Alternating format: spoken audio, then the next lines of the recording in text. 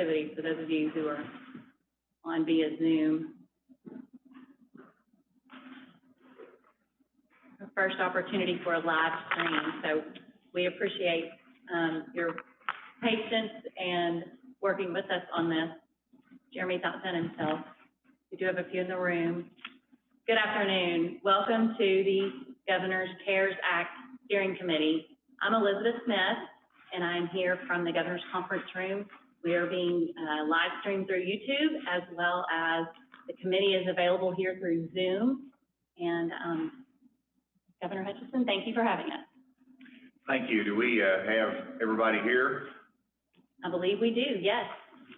We have a couple of people by the phone, but our committee is all either present in the room or we can see them via Zoom and their names are showing. Good. Well, you've declared a quorum, and looks like everybody's here. And we've got a good number here, and I want to thank Chairman Elizabeth Smith for her leadership on the committee and taking on this important task.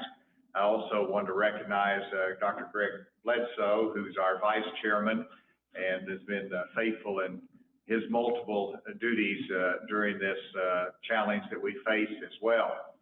And I hope today to give you just a little bit of a outline as to where I see that we are. This meeting today is not designed to have any spending request approved, but for us to have a conversation about the task ahead that we have before us. And so let me make a few comments, and I think I've got a couple of graphs for you as well. And everybody should know, I think that the chairman already indicated that this is being live streamed, so we want to have a public opportunity to see the business of the state being conducted as well. It seems to me that everything that we've done in recent days has little or no history and does not come with a set of instructions. And that is certainly true for this pandemic. Dr. Smith get asked from time to time, well, what's going to happen? And you hear all of these predictions, and his honest answer is we really don't know because we've never been through anything like this. And the uncertainty is also true for the amount of federal resources that are coming to Arkansas.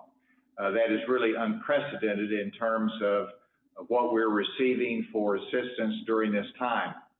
And it's also true for the mission of this steering group that we don't have an instruction booklet. I don't know of any steering group like this before that has had over $1 billion that we have to make recommendations in regard to. So what you're doing is important and will help determine how we not only respond to this healthcare crisis and the infrastructure that is needed, but your recommendations will also help determine the speed and direction of our economic recovery. And so it is all brought together. So thank you for your service and your devotion of time to this committee and its work.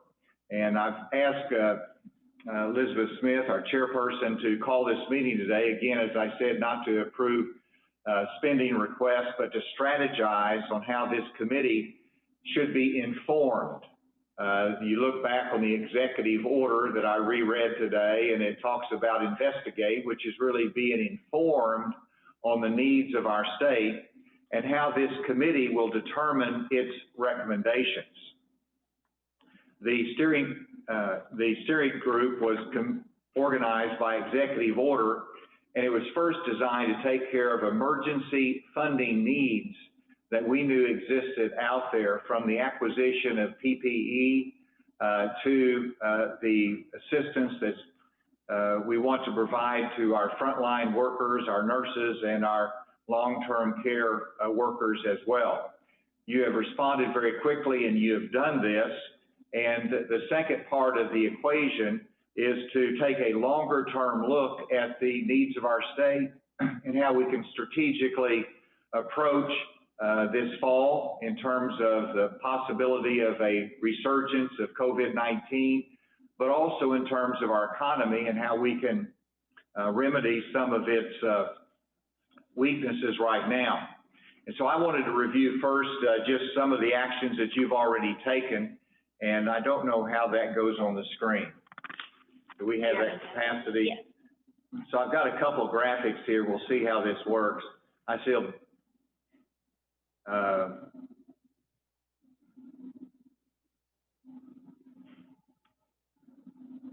so we need a different one than that one.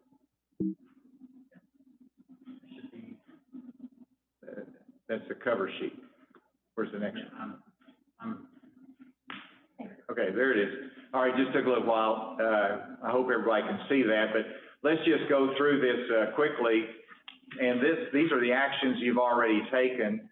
So on April 15th, we had two funding requests that went through, $80 million for continuity of care payments for our hospital and healthcare facility workers. That was $80 million, and the same day it was $75 million. That was for the purchase of personal protective equipment that the state had already advanced for those acquisitions for our healthcare workers and others. And so that was done on the 15th in an emergency fashion. On the 29th, then we approved on the economic side $15 million for the Open for Business grant program. On the same day, on the 29th, you approved and recommended the public education campaign for economic recovery, which is in operation now and in works. In April, the same day, we approved, with your recommendation, the continuity of care reimbursement payments of $23.4 million. And then DHS request, there was foster care payments of $1.2 million to help our foster care parents during this time. And then we also, you recommended an additional, $45 million for nursing home facilities as requested by DHS. And then on May 1, there was a request for additional funding of $85 million for the Open for Business grant program, and that was approved by this committee and myself, but the appropriation at ALC was reduced to $40 million, which gave a total of $55 million for the Open for Business grant program. So that's just a recap of what we have done on this. If you go to the next slide, you can see that all totals of actions by this committee of $325 million and round numbers. We sent that to ALC, and they have acted on all of it. We're still waiting on approval for $148 million that has not received that approval, so it's not out yet, and they've denied $45 million in approval for the Ready Arkansas grant program. And so that's what's happened to date, and I think you can take that slide down now, if it's handy, because we're going to put up another slide a little bit later, the next one. So that now that those recommendations have been made, we need to, and you can see the importance of getting the funding to the people in need. So the nurses and the healthcare workers, the long-term care workers and foster parents, some of that is already out in the field, but if I'm correct, we still don't have the money in the field yet for our nurses through the hospital program because that has not been yet approved by ALC. And so we hope the ALC will approve those necessary appropriations as quickly as possible, because you can see that some of these were approved some time ago, but we haven't been acted upon, and so we haven't got the money to the people that we're designing it for yet. And some of that is on our process, some of it is on just the nature of the approval process. The next important item that I hope that you address today is the way that we do our work. And to me, that's, some people refer to it as process. What's the process that we should follow in determining how this federal money should be allocated in the state for economic purposes as well as for our healthcare purposes? And I want to thank Chair Smith, but Secretary Walther also, and also Senator Ervin for doing homework and thinking through what kind of process this committee needs to go through to get its information and to make decisions. And so, yes, we need to have an overarching view as to where we need to be going and to how the time frame in which we need to make decisions. That's going to be hopefully your discussion points today, because again, we have over $1 billion that we are trusted with for the good of the people of Arkansas. And I wanted to outline just some of my hopes for this funding and perhaps the timeline for decision making that, in my view anyway, ought to be considered and kept in mind. First of all, that we need funding for the Department of Health infrastructure. Now, Dr. Smith has already prepared an outline of what might be needed for contact tracing capacity this fall as we try to guard off a possible resurgence. And so I'm thinking as to when does that decision need to be made. If you're going to build the infrastructure for contact tracing and a greater testing capacity, to me that needs to be a June decision, probably at the latest, so that they can do the work that they need to get prepared, build the infrastructure that's needed. And of course, anytime you build infrastructure, the first thing that's needed is a funding decision. And I looped in the second part of it, which is contact tracing, testing, and other healthcare infrastructure that's needed by other state institutions.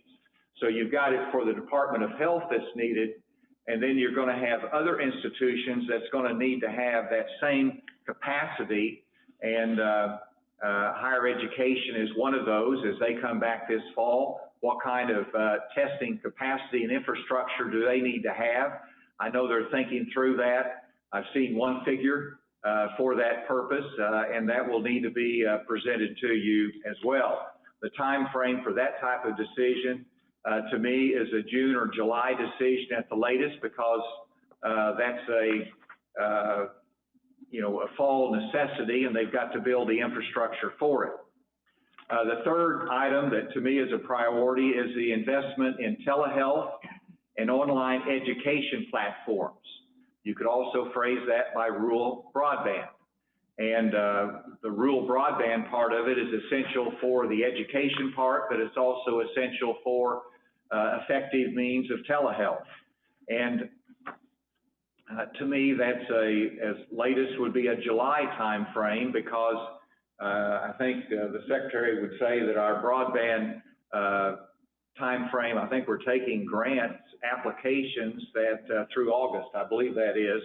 And so we can take those in faith, but we need to have those funded and other means of investing in the rural broadband. But that is a means to do it, and to me that's a July at the latest time frame. The economy. Part of the money can be utilized for the economic recovery, and to me that is urgent. That is a today issue, it's a tomorrow issue, it's a June issue, but the quicker we can make decisions in terms of our economic recovery, then the quicker we're going to recover. And I hate to give money out in November that's going to help spur our economy if it can be rationally and thoughtfully done earlier. So to me, the economic side is an urgent matter as well. And that brings me to a report on the Arkansas Ready for Business grants. If we can put this next chart up, and just as you do, everybody remembers that we put up for 2 days, I think the first time it was up, we had 36 million, and then we put it back up for 2 days. And you can see from here that the applications received as of 3 p.m. today, May 6th, is $133 million in requested amounts. That includes 11,212 applications, 95.8% of the grant request are funding below $50,000. In other words, they have fewer than 50 employees.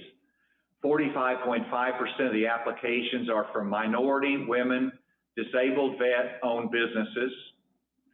The applicants have total employment of 178,000 full-time employees and 45,000 part-time employees. And these numbers include all applications to date, but that was as of 3 p.m. And Secretary Preston just handed me a note, said that as of 4 p.m., that number has now gone up to 138 million with 11,607 applications. And of course, there's still a little bit of time left. I think it goes down at 5? 6. So there's a couple hours left. And so you can see the demand that is there. And it's exactly the kind of people that we want to be able to help, the small businesses, the ones that are struggling to get back on their feet, and putting this money back in the economy is a good thing that helps the businesses, but helps our economy grow as well. And so that is just on the Ready for Business grants.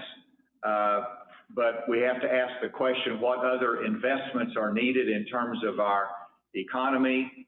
And then that's just 4 items. So the 5th item I have is vaccine distribution infrastructure. When a vaccine is found, if we can invest in that so we can quickly get it out, that's a possibility for this fall. I know that there's a request for EMT and ambulance services which is appropriate under the new guidance that's been given by the federal government. And so that's going to be a request coming from them as to how we can help them through this time. The cities and counties are looking at what they can qualify for in terms of coverage under this CARES Act funding.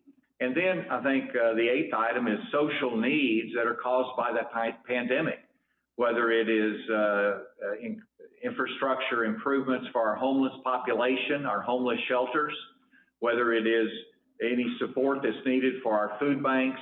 The social needs have to be a part of our discussions in terms of the use of this funding.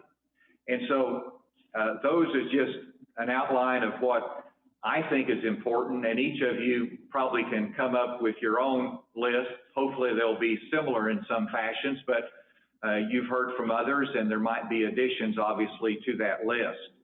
And so today, Chairman Smith, I hope, and I'll leave the room and let you all do your work, but I hope that you all can work on an overarching strategy for this. Obviously, I would envision that whether it's counties or cities or the ambulance services, that the organizations can come in and make presentations on their ideas for funding, on their requests for funding. Obviously, we have to have a vetting process for it. And I do think that, I think of it in terms of a pie chart. If there was if you set aside some for the Department of Health infrastructure, a certain part of the pie, and you set aside some for economic relief, and you designated others for our other jurisdictions, or city, counties, or ambulance services, and then others set aside. You probably want to set aside some, in the big picture for reserve funding for later in the fall. But that's to be the strategy that allows you to make decisions in June, even though you know that there might be needs down the road. But that's why you're here, because you're smart and because you're thoughtful and you care. And so I hope that you all can give the process and the strategy some consideration today. And I don't know whether you need whether you can do it here as a body as a whole, or whether you need to have a committee. And I do hope that as we support initiatives, help us to support those outside this. I'm so delighted with our legislative members that are part of this, because we really need your help in carrying out the mission and what we're trying to accomplish, and also getting the necessary appropriations through the ALC that's needed. We need your help. We need your strength in this as well. And so with that, perhaps, Madam Chairman, I'll just leave it open maybe to take any questions before I turn it back to you. Is that okay? So with that, let me turn it open for any questions or comments that you want to address to me.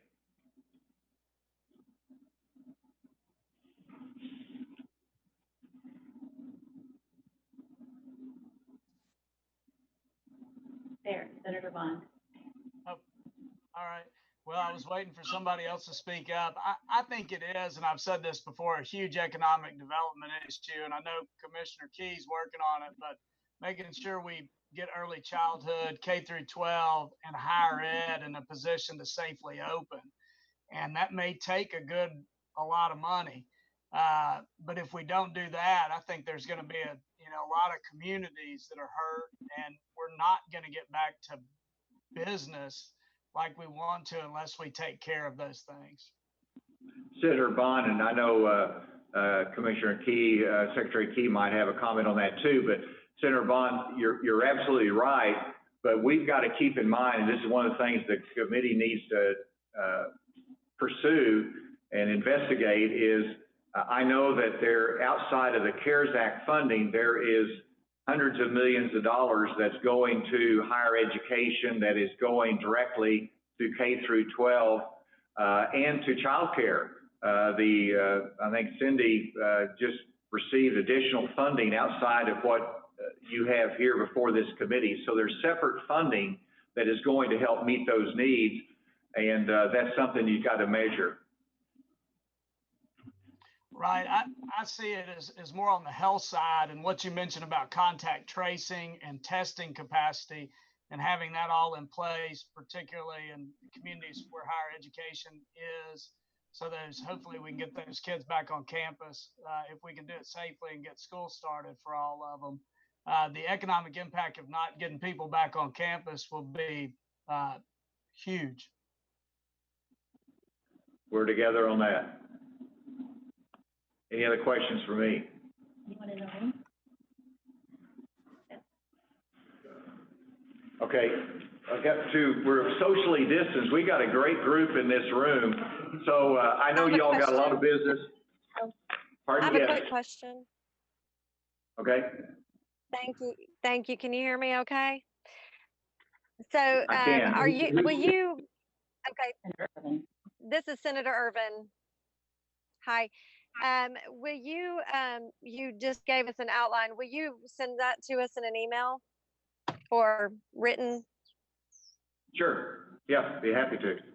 Yeah, we'll take care of that. Okay, I appreciate those comments and thank you. So Chairman Smith, you might want to come take my chair because they can see you better. Okay. And you're better to look at. Thank you, Governor. Thank you. I appreciate you, Governor. Thank you so much for addressing the committee. We have a lot of work to do for the future, and I appreciate the opportunity to receive your vision today. Ladies and gentlemen of the committee, we do have minutes that were sent out. We have minutes from our meeting on April the 29th and minutes from the May 1st meeting. If anyone has any concerns about those or changes to those, otherwise I would entertain motions to approve them. I move we approve both sets of minutes. I'll second that. I have a motion and a second to approve both sets of minutes. All in favor? Aye. Thank you. Anyone opposed? Thank you. Minutes have been approved, and we will move on. The next topic on our agenda has to do with the updated guidance, and I wasn't planning on reading the guidance to you today. The governor did speak to at least one portion of the guidance. I sent that out in links for you.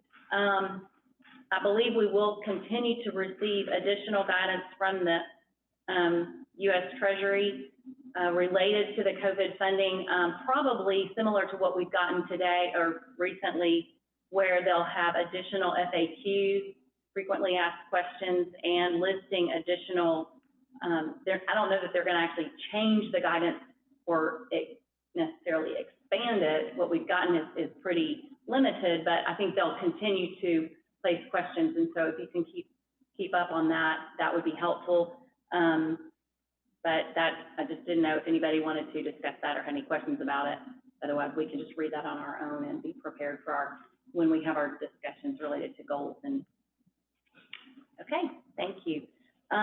We have received recommendations from the process we received from Secretary Larry Walther had given us a process that he and BFNA had developed. They made some adjustments based on requests by the committee, and I'd like to give Secretary Walther the opportunity to speak to those, and we'd like to see if you guys would like to approve those. Secretary Walther. Can you hear me? Not very well. Can you speak up or come closer to your microphone? I have no idea where the microphone is. It's probably on your computer. I don't have a computer. Can y'all not hear me? We can. Are y'all? Very good. Very faintly. Maybe you could just walk closer to the screen.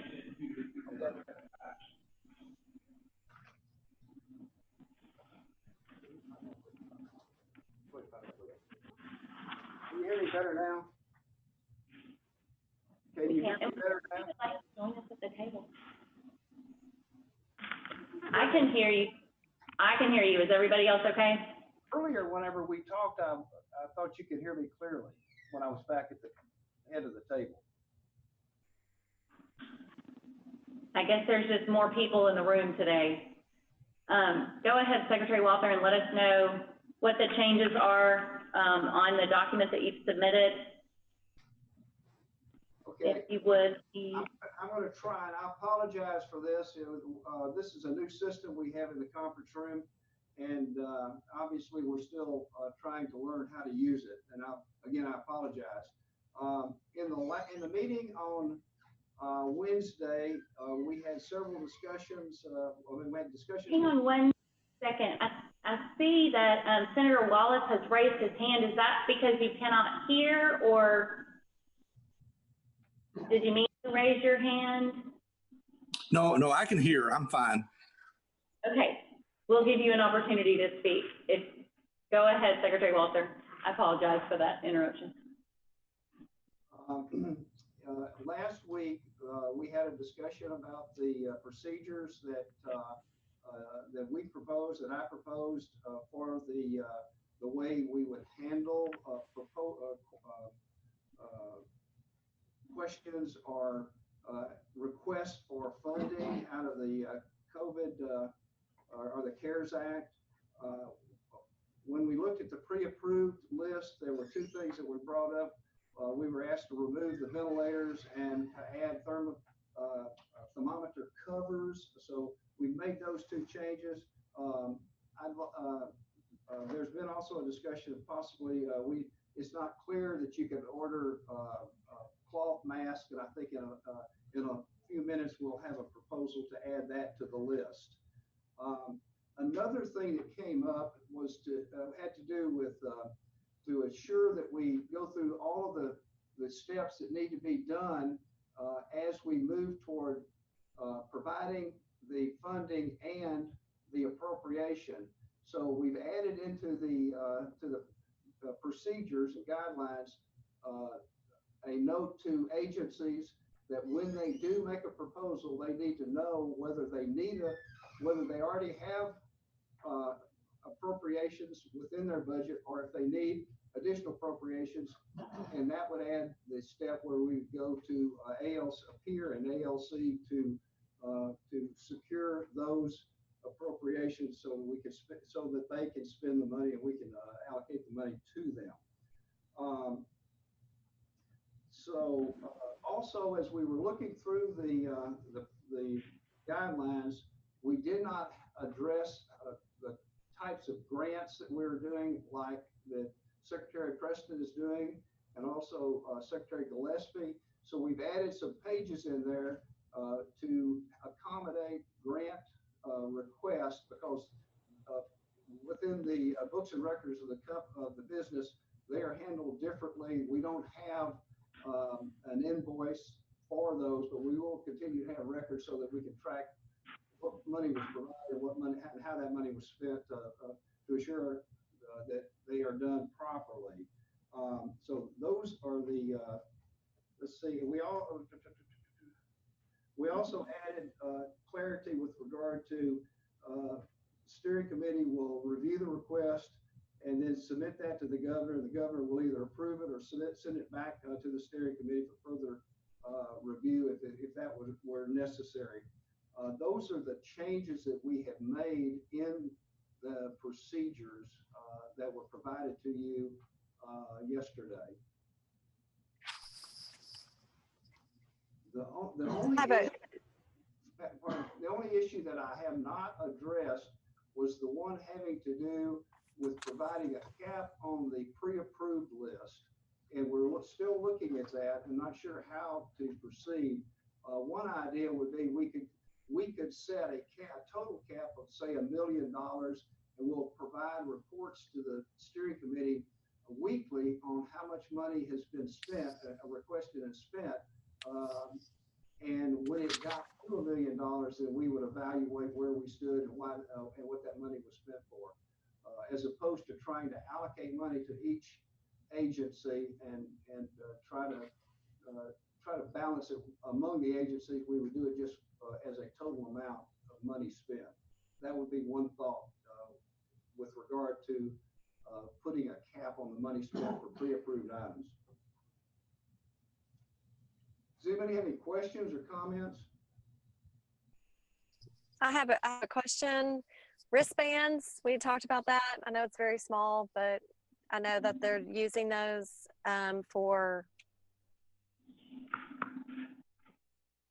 Let me say this, the way we put together the initial list, it was a list of items that we had been buying for PPE.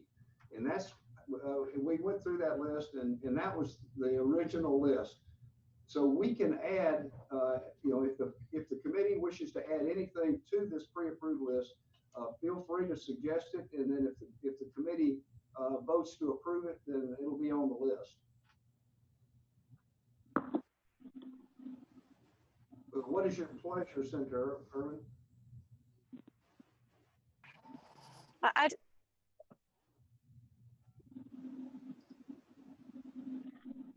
Can I ask my question? Yes, ma'am. Yes, please. Sorry, I couldn't hear you.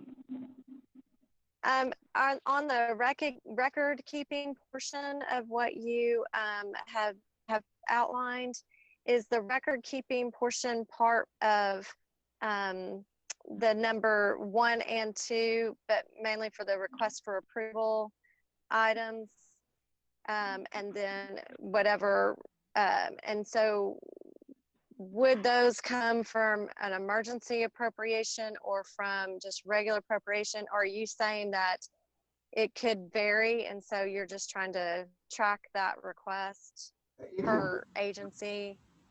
Yes, that's correct.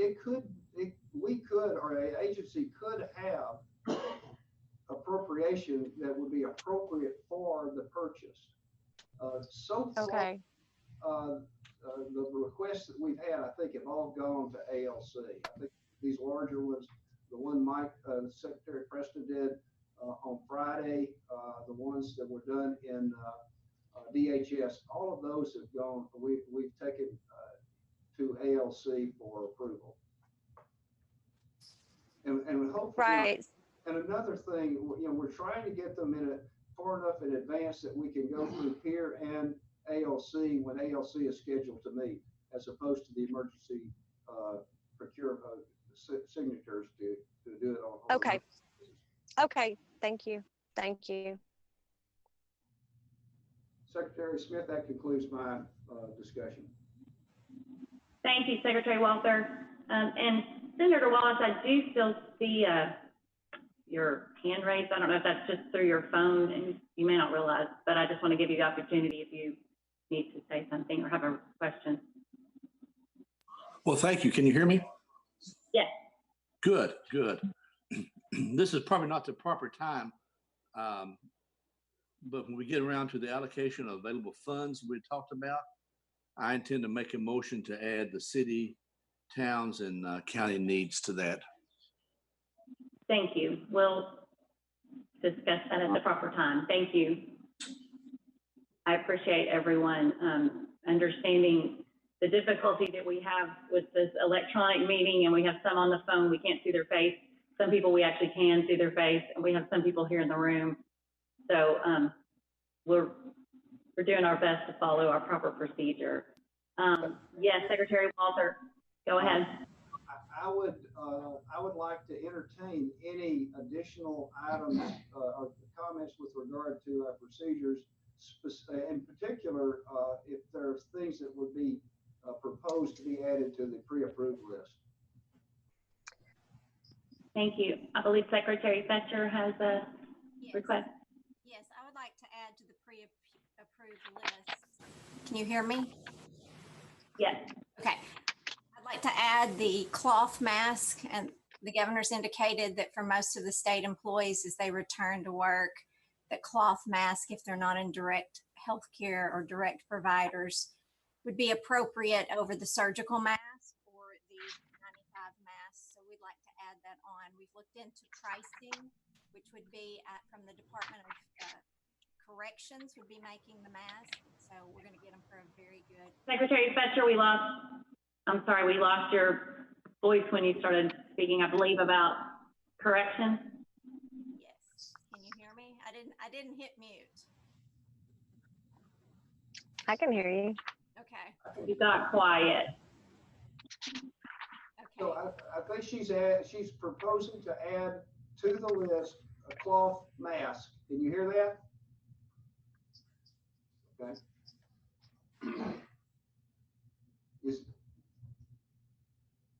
Senator Irvin, did you have one? I think you have additional requests, Secretary Smith. Yes, sir. Yes, sir, Secretary Walter. It's very, very minor, but I know when we are doing our temperature testing, when we're coming in and out of BLR or the Capitol, they're utilizing like those paper wristbands and writing the date on it after they check your temperature and you're good to go. So that's just something, it's very small, but I mean, it's being utilized, I think, to indicate that you have been screened for temperature and that you're able to go into the facility. Can I make a motion that we add both the cloth mask and the paper wristband to the list of pre-approved items? I make that as a motion. Second.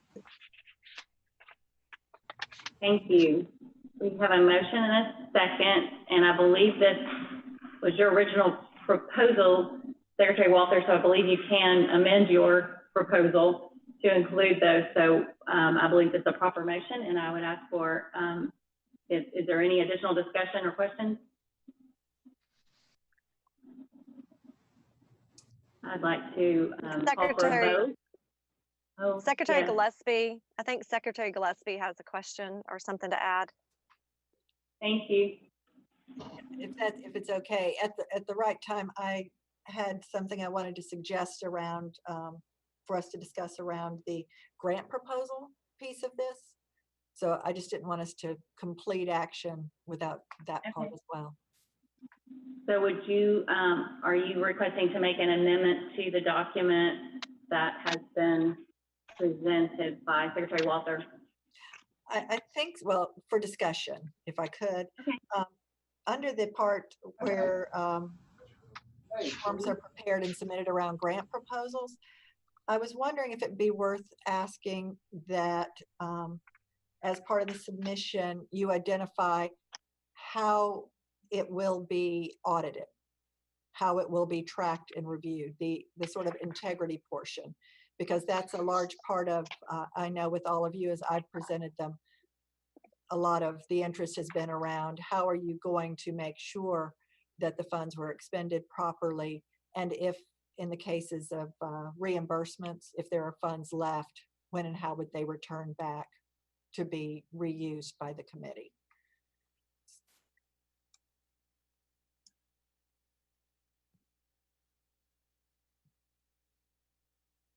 Are you requesting to amend the proposal to include that? language related to If, yes, auditing? yes, if Thank you. that's, I think that would be helpful. If whoever's making the proposal has to explain how because these will all be dispersed through a state agency or another governmental entity, how it would be tracked and reviewed. Okay. Just want to make sure that we find a place to put this in this document so that we can make the amendment, and then we'll see if we have a second. I believe you had a motion to amend. At least that's what it sounded like. And so then if we had a second to that. Smith, could we go ahead and vote on the motion that's on the floor? And then I think what Secretary Gillespie is asking is that we put something like that in. I would suggest we not do it today, that we take some time to talk to her, make sure we understand what she's asking, and then we can amend it at the next meeting, steering committee meeting. That would be fine with Thank you. me. But what she's asking is reasonable. I mean, we do need to do the tracking, and I think what she's asking is that we articulate that in the procedures, and so we'd be more than happy to take that under advisement. Thank you. If there is no further discussion, are we ready to vote on the proposed motion to change and make these changes that Secretary Walther has presented? All those in favor say aye. Aye. Is there anyone opposed? Is there anyone opposed? Thank you. Okay, so Secretary Walther, your changes, including the changes that you made related to wristbands, cloth masks, and have been approved. Thank you. Thank you. And we would look forward to hearing again, maybe later on, regarding the additional work that you'll do related to auditing so that we can have that portion added to these procedures. Our next item on the agenda is a process recommendation, or actually rules of procedure that was presented by Senator Missy Irvin, and those were also circulated with the agenda yesterday. So does everybody had a chance to review that? I'll call on Senator Irvin, if you would like to present your rules of procedure. Thank you. Thank you, Chairman, and members of the committee. What you have in front of you, the provisions of this procedure are based on the language that are in the Governor's Executive Order number 20-11, the provisions of the CARES Act related to the Coronavirus Relief Trust Fund, and the procedures that are routinely put in place for studies and task forces that are created by the legislature, including the following. So this rules of procedure is based on what we have done and how the public generally understands how to interact with us as a government body that is making determinations, particularly about taxpayers' money and dollars, and policies related to those expenditures of funds. And so these procedures are routinely put in place for these different studies and task forces. So we used that as our model. And I would just add that the four different things that we have drawn for is the ALC Occupational Licensing Review Subcommittee, ALC Review Subcommittee Procurement Study, the Tax Reform and Relief Legislative Task Force, and the Health Reform Legislative Task Force. So what you have in front of you actually is just an overarching guiding document that outlines how we're going to proceed. I fully realize that we have been kind of in emergency response mode with the different proposals that have come for us to be able to consider. However, I think if you follow the way that the executive order is written, these rules of procedure follow exactly in line with what that executive order tells us to do.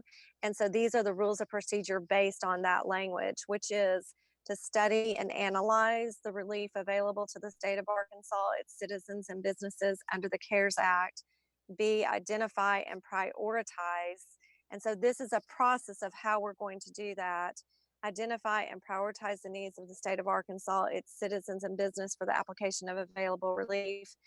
Identify the most efficient practices and procedures to obtain and apply available relief, and then to make recommendations. So, you know, this is a procedure, rules of engagement, a overall guiding document as to how we are going to proceed to do our work. And I believe, you know, the things that I would say are very, very important in this is the members of the public that interact with us generally when we do our business as elected officials. You know, this will provide all of us transparency. It'll provide a clear and consistent process for people in the public to understand, as well as for us. It will also provide, I believe, the opportunity for public comment and for the taxpayers whose dollars these are, for them to be able to give us that to give us those comments, just like we do every time we have a committee meeting, or every time that we are considering policy, rules and regulations, policies, or appropriations. So that's what you have in front of us. I want to thank, you know, the attorneys with the Bureau of Legislative Research who helped in really pulling this together. I would say that this is completely in line with what, you know, we normally do as a normal course of business. So I believe I think Senator Wallace has a motion to add. So I would entertain that at the proper time as well, to add a subsection E under number 5. I'll answer any questions.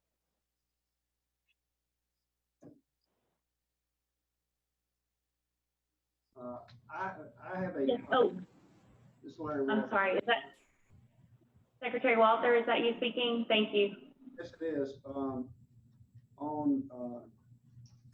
think that the document you sent me has got 2 number 5s on it, so I think the listing, the timing and use of funds is number 6, not number 5. If I'm reading this thing correct. And number That's A, correct. Under A, under there, it says use during fiscal year 2021. I would suggest that would be calendar year 20, because the funds can't be used beyond, at this point in time, can't be used beyond December the 30th, I believe, of 2020. Okay, let me ask you a question, Secretary Walter. If so, they have to be completely depleted, or are they in appropriation? Would that be considered expended? Does that make sense? We don't think it would make, it had to be spent. That's the way we're reading it. Okay. Okay. I can make that. We can make that change. We can make that change. So you want to say for use during the calendar year of 2020? That's correct. Okay. I am curious with regard to how the public comment will be taken. How do you envision that occurring? Like, if there were, are you suggesting that at this meeting today, there would be a time at the end or sometime during this meeting where we would ask for public comment? So generally, you know, we have at the bottom of, so agendas are posted, and the items on the agenda are usually posted for the public before we meet. And there's an email at the bottom of the agenda where you can send your public comment in. I think there's an automatic reply that says, thank you for your comment. And then those comments are just distributed to the members of the committee so that we have them for when we are considering that certain item. So that's the way that the Bureau of Legislative Research and that's the way that we handle those public comments. Okay, so. And that's what we're suggesting. Okay, so I would understand you to say that there wouldn't be a time where they would actually make comments during our committee meeting, but they would give us written comments with regard to what we're doing. Yes, I mean the only thing I could see that members of the public would come in and talk to us would be like if the cities or the counties have a proposal, or I mean that's the, you know, if they have a proposal that they would need to speak on, of course I think we would all assume that they would come in, or the hospital association, you know, if they needed to come in and discuss things with us. But generally speaking, public comment says these are the items that are available, or that we are going to be discussing. Okay. And the chair, I mean, it is permissive. If you read that language, it's permissive that the chair may allow that, but that's to cover really those presentations. It's permissive language determined by the chair, just like we normally do. The chair has that ability to make that determination. Okay, the third issue, as I read it, I want to go back to number 5, B, and it's education in schools, early childhood education. And I would ask if Secretary Keys has any comment with regard to that. There's a lot of money outside of the 1.25 billion that is being allocated to education at multiple levels. And I mean, a lot of money. And I wonder if it's necessary for us to address education in this steering committee. Yeah, can I, yes, I mean, I want to hear what Secretary Key has to say about that, but I know like what the governor just outlined. I mean, there's so many things on there that I completely agree with on his list, but one of the things that he talked about was investment in telehealth and education, and making sure that all children have the equal opportunity to be able to have online learning. And so, you know, I don't know. I mean, I absolutely agree with you, Secretary Walter, that we need to maximize our federal buckets of money and what that looks like. And I'm depending on DFNA really to hopefully run that trap, you know, run those traps. I think that's such a great way to look at this. And I know other legislators may want to speak to this as far as the cost or what's out there, but I don't disagree with you. I think we definitely want to maximize our buckets of money and what's available to us. I think leaving that in there is important just because of the tremendous, I guess, lack of infrastructure we have in the state of Arkansas right now, where some kids are able to do online learning and others are not, and they're having to pick up AMI packets literally every day and dropping them off at the end of the day. And so to me, that's just one of the biggest, you know, things that I see as a need for us to have a very thorough discussion about. And I'll yield to Senator Key, Secretary Key.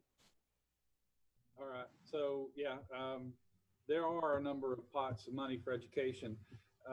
The $123 million that is coming in through the what's called the ESSER fund. That's money that comes into school districts based on their Title I distribution. There's also the governor's emergency education relief funds. That's a little over $30 million.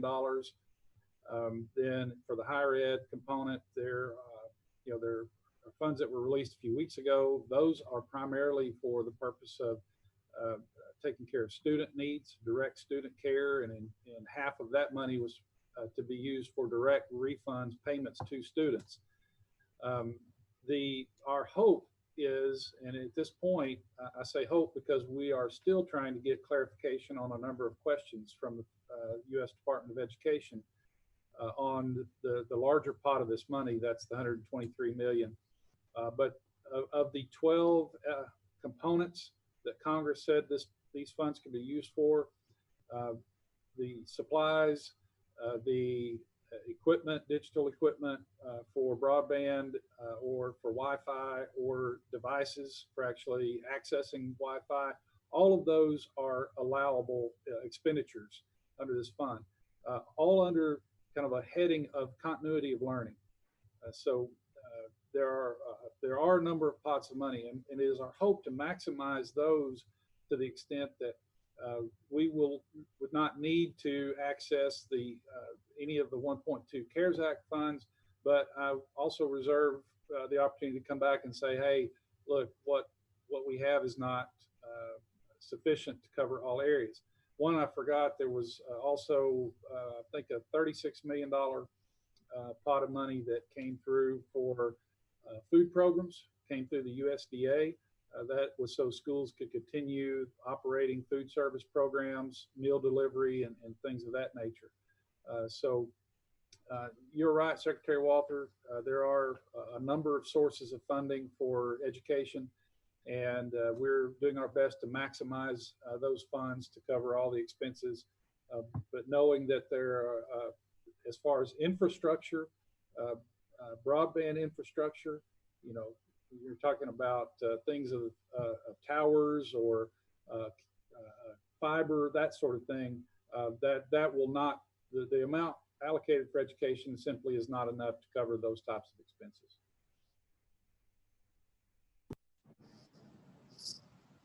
I believe Thank you, Senator Walt. Secretary Walter have another question? No, that's the three questions, three areas that I had questions and she's answered those. I guess what I would suggest is, you know, we've had a good discussion. We understand there's other money out there. Well, I guess I'm okay with leaving it in the document, but it will be something, at least for the time being, with regard to what we're doing, will not be the highest priority that we would be going after until we determine what's necessary. Now, that's not to say that we might not entertain telemedicine and, you know, and broadband through and distance learning also. You know, who knows what's going to come in. I think those would be appropriate to be considered in this steering committee. Thank you, Secretary Walter. I do believe we have a question in the room. Yes, Representative Gray. Thank you. Senator Irvin, just a couple questions for you. On number 5, on the allocation of available funds, like on A, where it says public health, including testing, should we change that to say including but not limited to? I want to make sure that we exclude something by not putting that in there. We can make that, yeah. Okay. Then another question would be, like the governor discussed broadband. Yes. Is that like, would that fall under C, or do we need another category? And do we need another category that, like, you know, other needs as assessed, something? I'm just afraid, just like the cities and counties, that we just decided that we need to add that we've missed something here that we will need to add in the future. How would you like to address that?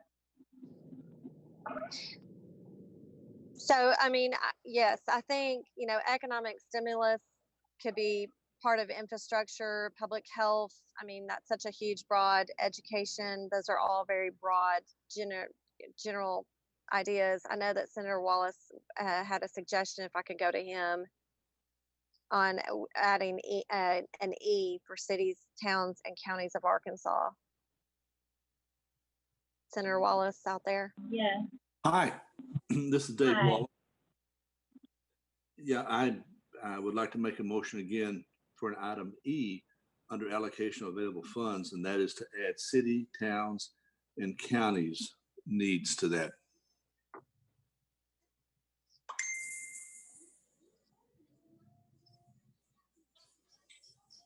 And that's my motion. Could you hear me? I did, yes, thank you. So we have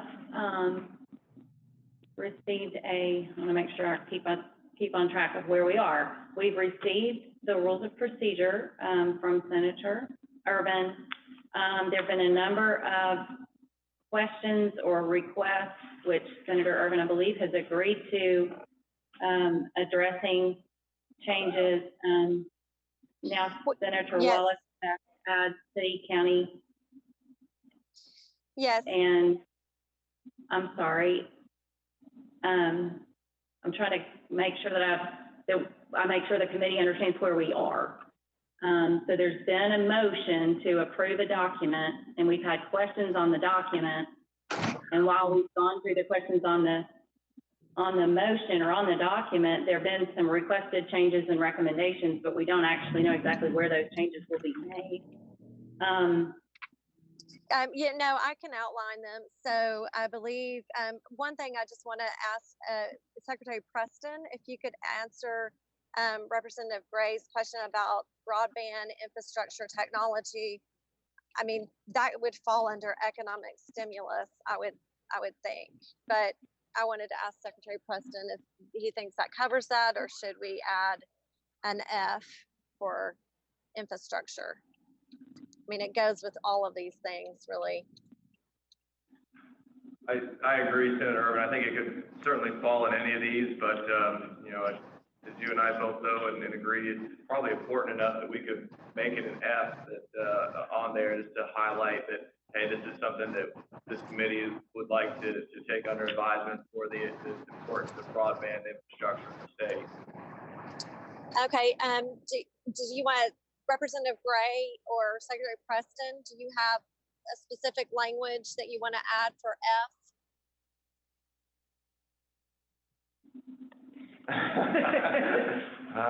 She pointed first. I'll say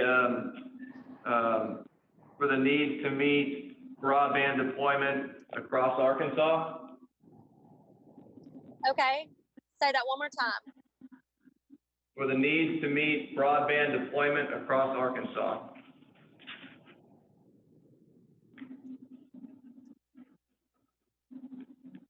And I think that's broad enough to where, you know, whether we are providing state revenue or if we're seeking federal grants that are available, Right. I think that would be broad enough to cover both of those programs.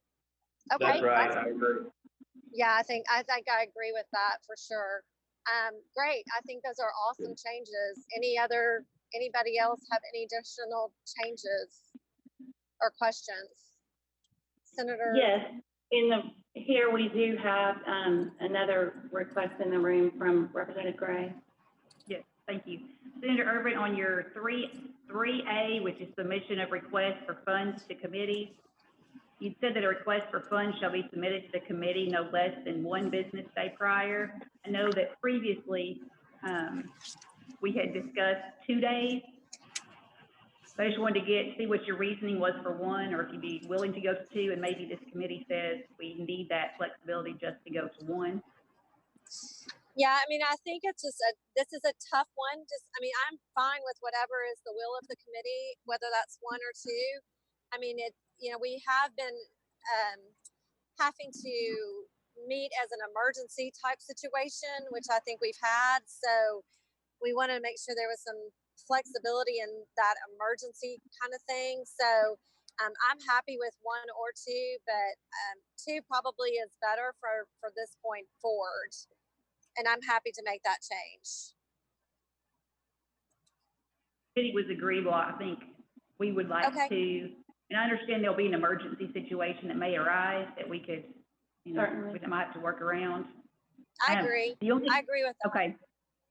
Thank you. The only other thing you had on, I think it's the only other thing on 3C, a request for funds shall be placed on the committee meeting agenda to be made available to the public no less than 2 hours prior to the meeting at which the request is to be considered by the committee. So I think I would like to have an agenda like the business day before the meeting instead of just 2 hours. So there's kind of a couple things here. One is I'd like to have the agenda the day before. And then the second thing is the public comment has got me, I want to be very transparent and give the public as much opportunity to participate as possible. But the public comments worries me because I don't know how, as a state, we're going to take those comments, get them to the committee members on such short amount of time, especially if we're trying to meet every week. I'm trying to figure the public comment part out and how that actually would work. I know right now they're kind of using us as legislators to communicate to the committee and then to each other. And I think they're calling the governor's office and all the secretaries as well, but. I understand that. I feel very strongly that the public has the ability to see what's on the agenda and to be able to give us a public comment, just like we do normally. I mean, just because we're in the legislative branch of government, we are elected officials, but that allows us like a very transparent and accountable process. So if we need to extend that 2 hours, I think we can extend that if we back this up to where we have 2 business days prior, and then we post that agenda the day before, and then they have a 24-hour time period to make comments. Okay. And how will the comments? So they'll submit the comments in writing via email. Okay, I'm just kind of reading. That's how it's done. Yes, and I had sent this to you, Representative Gray, I think in the beginning of the week. But that's how they handle them at BLR. They have an email at the bottom of the agendas, and they gather those comments, and then they just provide them for us, either by writing or by email. That's the way that, and because I asked the same question you asked, and they have like an automatic reply that says, "Thank you for your comment. It will be shared." Okay. So that nobody's having to email them back. If that makes sense. Okay. So if we could then on that 3C, I'd just like to change that 2 hours prior to 1 business day. Okay. If the committee would agree for that. No less than no less than one business day prior. Okay. Yeah. And I thought I had one more thing. I'm looking. My only other thing that I've got right now was when we were discussing the public comment and how that would work, like actually if they were physically present, and you had said you'd kind of written this, so it's got made, it's got some permissive language for the public to come. Do we want to leave that like it is, permissive, or do we want to say essentially that the public may come as long as they can give comment as long as they are listed on the agenda? We just want to leave that very permissive? So I like your questions, and this is something that I've really been thinking a lot about. And I think that one of the things that I want to make sure of is that and the governor even spoke to this, where he wants proposals to come to the committee. He would like to allow those, if someone has a proposal before the committee, they should have the opportunity, that agency, that organization, that entity should have the opportunity to speak to the committee, and they would need to be here to answer questions. But the idea of having public commenting while we as a committee of 15 are joining via phone, video, and some in person, and also allowing people from the public to call in and asking questions about the things that we are deliberating about and that we're making determinations about. I just think that would be a little cumbersome. I do hear and understand the need to hear from the public, certainly, and we would want to have these proposals in enough time that the public could have the opportunity to do that. I'm sorry, we're getting a lot of feedback. If someone has their phone, I think, thank you. So I think that would be something that we might want to consider. Also, we have reached, we've gone over our hour of time. It's now 10 after 5. I'm sorry, can I respond to that? So the way that's written, and if you're a chair of a committee, that's up to you as the chair to what you are going to allow. So that's why that's written permissively. So I would like to make a motion to approve and adopt these rules of procedures with the changes that have been made, and I will make that motion. at this time. This is Thank Dave. you. I do have one question. Certainly, Senator Wallace, please. Okay, under the broadband change, and Senator Irving, I may have this wrong, but doesn't it need to say broadband identification in our deployment? Otherwise, we've kind of left the cities and the counties out. Yeah, yes. That's a good change for the need to, yes. Thank you, Senator Wallace.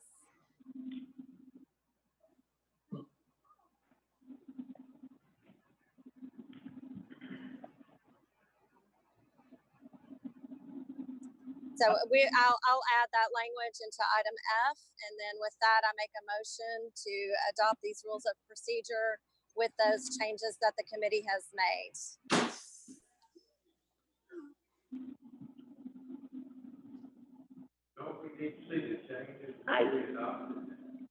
I've had a request here in the room, Representative, I don't know if y'all could hear Representative Jean, and I would actually agree if we could actually have these changes documented so that we can have the opportunity to look through. Also, one thing that I would like to do is to make sure we heard from the governor today. He gave us a very good list of 8 points that he would like for us to consider. And I would like for us to have the opportunity truly to consider those.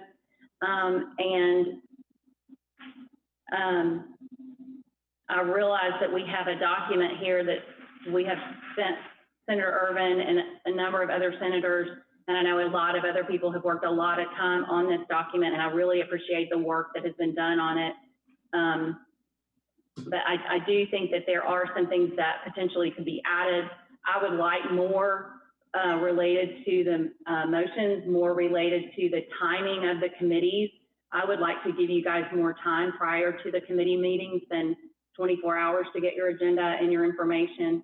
I would like for us to set a meeting date so that we have time that you would know every other week that we would be meeting, and then you would have time. If we had an emergency, we'd have 24 hours. I know that I think Senator Irvin said that there would be a second on the motion. Did we receive that?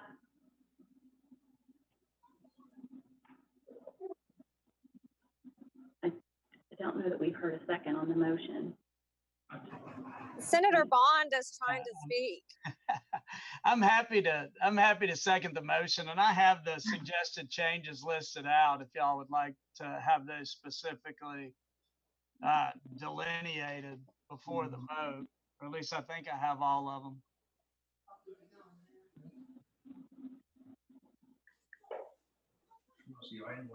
So we have a motion and a second. I think we may go forward, and does someone else have a? Yeah. Madam Chair. Okay, I'd like to go forward with some discussion. Yeah. Secretary Key, are you trying to speak? I'm having a hard time seeing up here. I agree. I think it was Representative Jean that asked about having the all the changes, and I certainly trust Senator Bond's ability to take the notes, but and have them all in there. But I really would like to see it in a complete draft document with the changes before I'm comfortable voting on it. To include anything, Chairman Smith, that you had said that we would include from the governor's priorities this morning or at the beginning of the meeting. Well, and what I said is I can list them out for you, and some of this discussion over the allocation of available funds to me is very important. But you know, that section also says that the committee can develop any subcategories that it wants. So, you know, there's a lot of they were written, I think, in a way to allow, just like for public comment, some flexibility. And I'm happy to list out specifically the changes that have been suggested if y'all would like right now. Most of them are technical in nature.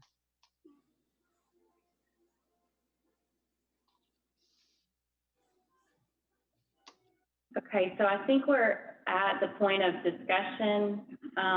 Would the committee like for Senator Bond to read the motion again or the changes again? But I think we're actually at the point where we would be discussing, I'm trying to follow the procedure, but we're not all following it. Does anybody want Senator Bond to read off the points, or do you feel comfortable discussing? Yes. Yes, I would like for Senator Bond to read off the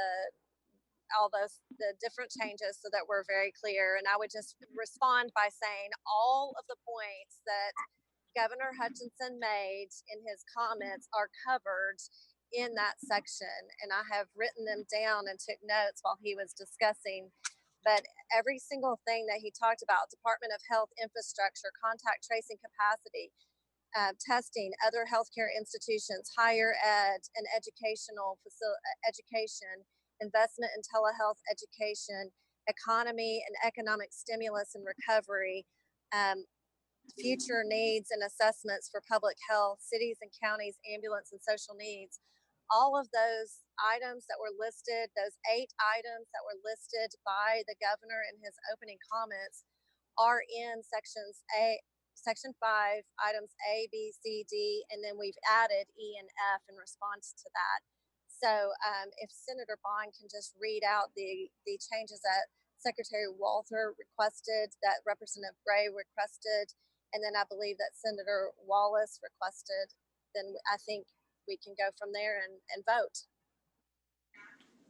Senator Irvin, are you comfortable with the changes that have been requested? Because I think you're the one who's wanting to hear him read them, but I think the committee actually would like to see them. I just want to make sure that I understand if the committee wants to hear them read, then we'll go forward. Yeah, I mean, I just think it's good business to repeat the changes that were made, or the changes, so that we're all specific. So if Senator Bond can read those technical changes that were requested, then I think we can proceed. Thank you, Senator Irvin. Senator Bond, if you could start from the beginning of the changes. I think the first change that I see is under Section 3C. Well, I think, yeah, on page 2, under Section 3, submission of requests for funds to committee, Representative Gray wanted that to be no less than 2 instead of 1 business day. And then thank you. Under Section C, instead of 2 hours, that would be no less than 1 business day prior to the meeting. And then under Section 5A, public health, we would, the change in the language would be including but not limited to. That phrase, but not limited to, would be added before testing. And then Senator Wallace, under that same heading, would add an E, and I have cities, towns, and counties.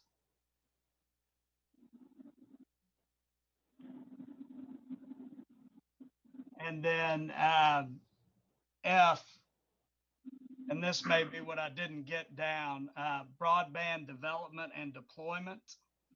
Did I get that language correct? And then under the next paragraph of number 5, you would change that 5 to 6. And then under 6A, you would put, instead of the end of 6A saying the 2021 fiscal year, it would say the calendar year 2020. That was from Secretary Waddle. I think that's everything.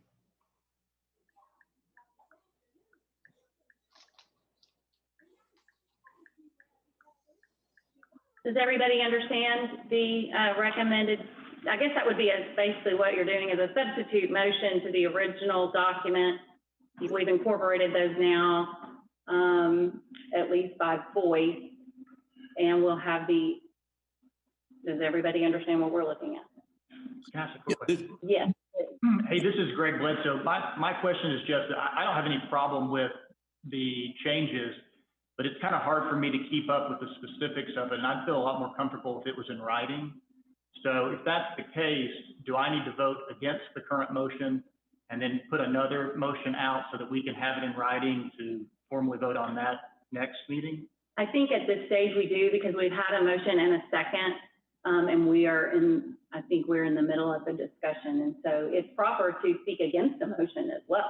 So that would be my only thing. I mean, I agree with all the changes. I would just like to see something incorporated already and in writing. So if that's the case, then I would feel like I would be required to vote against this motion. And then I'd bring forth another motion after that to say I'd like to see it in writing and us vote on the incorporation of it for next meeting. Is that the correct procedure? Thank you. Yes. Okay. Thank you. And this is Dave Wallace. I've got one item, one correction. Thank you. Will, under item F, broadband should say broadband identification and /R deployment. All right. Thanks. I'm sorry. I thought that was the only one. That was the only one I wasn't quite sure of. Okay. Thank you. Yes, Representative Gray. If I could, Senator Wallace, could you repeat that? There's one word I didn't quite understand. I think it was development. It was development or deployment. And okay, so you said broadband development and or deployment. Is that what you said? Yes, it needs to say broadband identification and /R deployment. Oh, identification and or. You say and or deployment? Yeah. right. Okay. Hence why we need to see it in writing. Exactly. I can understand as well. Thank you. Okay, so I think we're ready to vote on the motion. All those in favor, please signify by saying aye. Aye. That was an aye for me. Aye.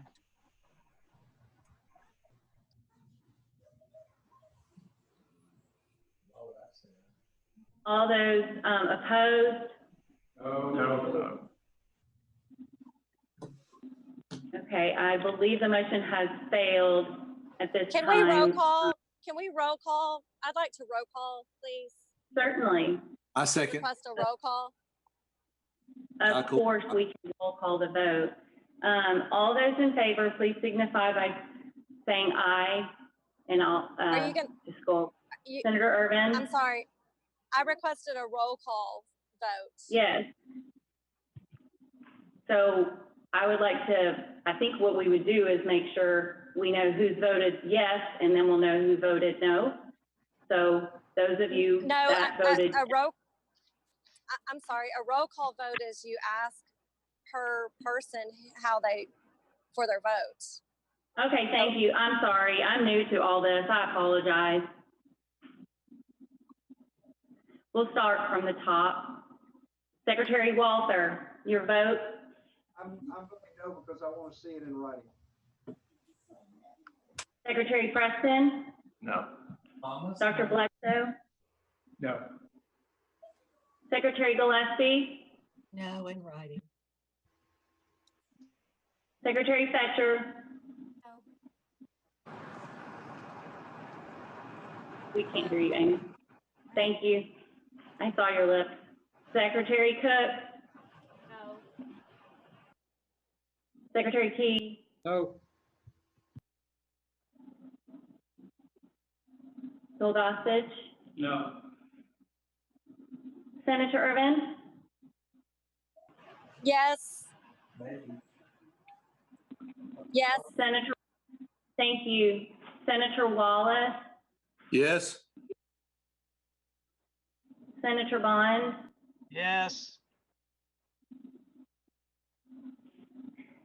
Representative Jean? No. Representative Gray? No. And Representative Allen? And I would vote no as well. Thank you. So can I put forward a motion? Okay. Yes, so this motion has failed. We've completed the roll call, and we will move on. There is another motion now from Dr. Bledsoe. I'd like to submit a motion that we incorporate the changes in writing and then bring them back at the next meeting to vote on for ratification or acceptance by the committee. Okay. I have a So- question. Yes. Senator, or So I'm asking, Dr. Bledsoe, are you asking then for me to submit these changes in writing to the group, and then that would be to bring that proposal back to the next meeting, and when would the next meeting be?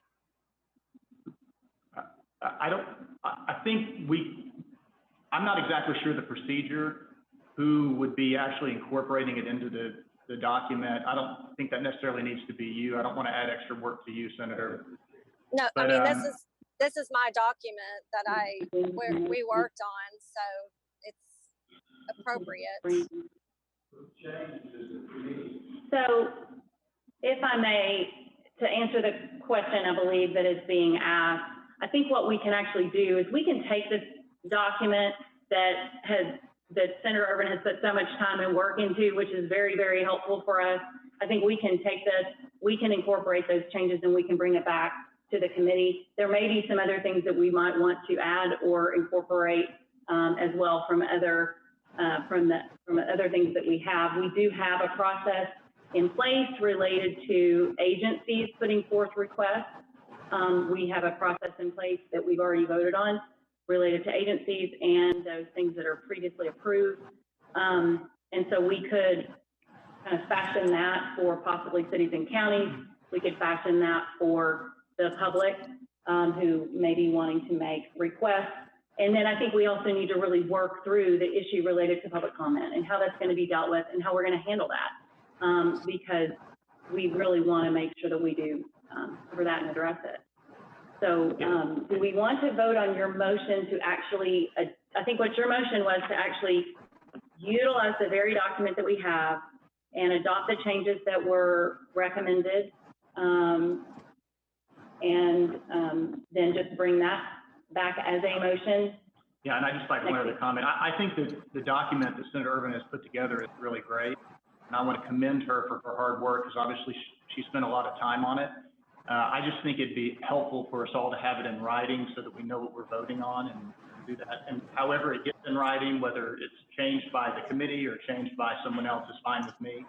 But that's my preference in the motion I have. Thank you. And I believe we have a second on that. So by Representative Jean. So do we want to? So I just want to make sure. I have a question, discussion, question. Okay. Yes, now it's time for discussion. Yeah, Senator thank you. Just in response to your comments, the process that DFNA put forward is tertiary to an overarching guiding principle of rules of procedure. Those are two very different things. And so I just want to make that point very clear that, you know, what we're talking about is very different from the nuts and bolts of what DFNA has put forward. DFNA has the record keeping, very appropriate guidelines, but again, it is tertiary and secondary to the guiding document that I think I have presented today. So that's just in response to your comments that I think that's why there is the need for the two separate documents. Thank you. Any other discussion on the motion? Okay, all those in favor? Aye. Aye. Aye. Any opposed? Okay, so we will bring this back for the committee to have the opportunity to look at next meeting. Our next meeting is next Wednesday at 4 o'clock. We do have a special guest at our next meeting. Congressman French Hill has asked the opportunity to come and have the opportunity to speak with us about the CARES Act and about, just to kind of fill us in on what's going on at the federal level. And so we appreciate that. He'll be here, electronically. So we'll have the opportunity to, see him next week. And there is another question here in the room. Representative Jean. Just a comment, next week is legislative council week, so a lot of legislators will be here. Okay. So they may want to walk over. Okay, so we may want to set up the room a little better with chairs and more microphones. Okay, thank you. I appreciate that information. And is that with that in mind, is that time going to be difficult for the 6 legislators that are on the committee, 4 o'clock on Wednesday? Most everything's done by then. Okay.